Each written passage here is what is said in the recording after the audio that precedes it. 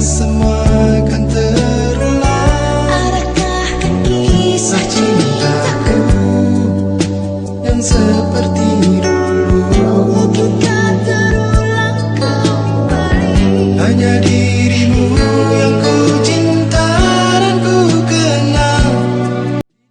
Menanggapi laporan saya waktu itu, Pak Sekda langsung angkat tangan. Kalau Solo maju, kita track. Yang kedua, kalau 2024 jelas nggak mungkin, karena waktu itu bersama dengan nasional Aceh Solo.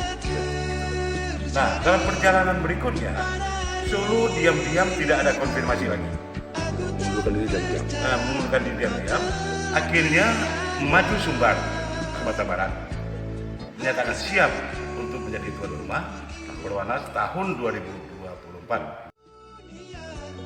Agar aku dapat berjuang.